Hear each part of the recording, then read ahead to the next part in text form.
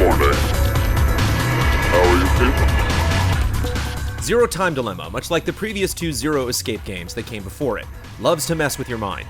Just when you think you have a character or situation figured out, the game will turn everything upside down, forcing you to constantly question what's put in front of you. Yet even with its most outlandish moments, Zero Time Dilemma goes out of its way to explain and contextualize most of the various plot threads. The game commits so hard to its elaborate theories that it's difficult not to buy in, and let it take you on a ride.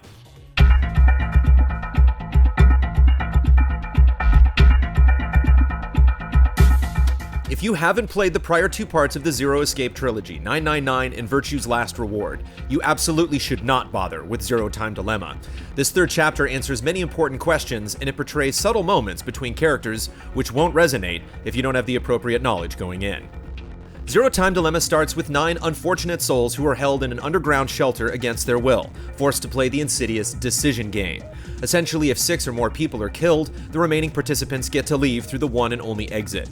You must decide who lives and dies, suffering the consequences of your actions.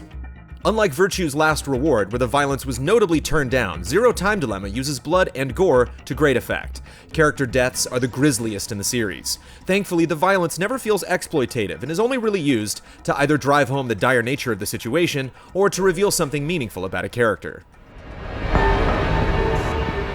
While the idea of pitting characters against one another in a life or death situation is nothing new, the narrative depth of Zero Time Dilemma goes far beyond its back-of-the-box synopsis. It's not really about the decision game at all. The story is a grand culmination of something much bigger that's been carefully built up through 2 other games. One of the most effective elements of Zero Time Dilemma and the Zero Escape series as a whole is that the structure and mechanics aren't just tools built to funnel through a narrative. Instead, these components are worked into the story itself in extremely clever ways. Because Zero Time Dilemma presents itself through a variety of scenes that you can choose in any order, you get to see dramatically different sides of characters. Just when you think you've seen all there is to see, the game surprises you by revealing depth in a character that you didn't think they were capable of. Not all of the characters are equally strong, however. Mira and Eric, 2 of the completely new faces, are particularly underwhelming. Their one-dimensional nature is revealed fairly early on, and the various attempts at humanizing them always come across as heavy-handed. Hey, wait! Is this a joke? Both of their lives rest upon your decision. The puzzles in Zero Time Dilemma generally fall in line with those found in 999 and Virtue's Last Reward, although they are a bit easier in general. Each of the puzzles feels greatly distinct from one another, and it's because of this variety that they're never too tiring to complete. One storage room puzzle asks the player to decipher clues found on chained-up appendages, while another library puzzle requires shooting different firearms at particular locations. The inventory system is much simpler to deal with than the one in Virtue's Last Reward. Instead of awkwardly cycling through a large circle of items, everything you've acquired is placed in an easy-to-access grid. There isn't a difficulty option this time around for those who get stuck, but there is a sort of hint system where the more you fail a puzzle, the more information other characters around you will divulge. It's especially helpful during some of the obtuse problems you come across, but the implementation is a bit scattershot.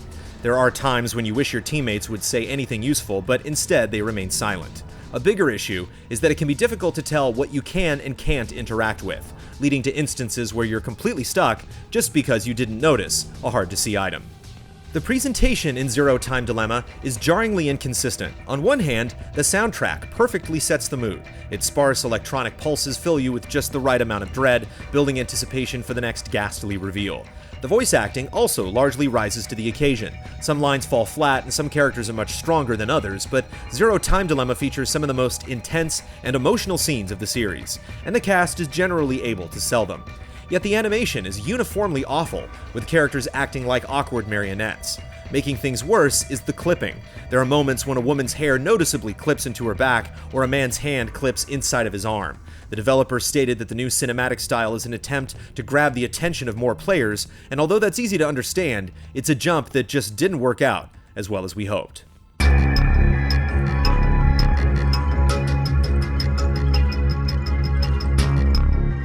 Rough edges be damned, however. Such flaws don't prevent Zero Time Dilemma from being utterly enthralling.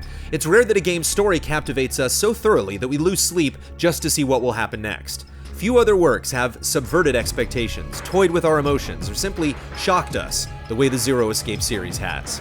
Zero Time Dilemma is a fitting end to a story we won't soon forget.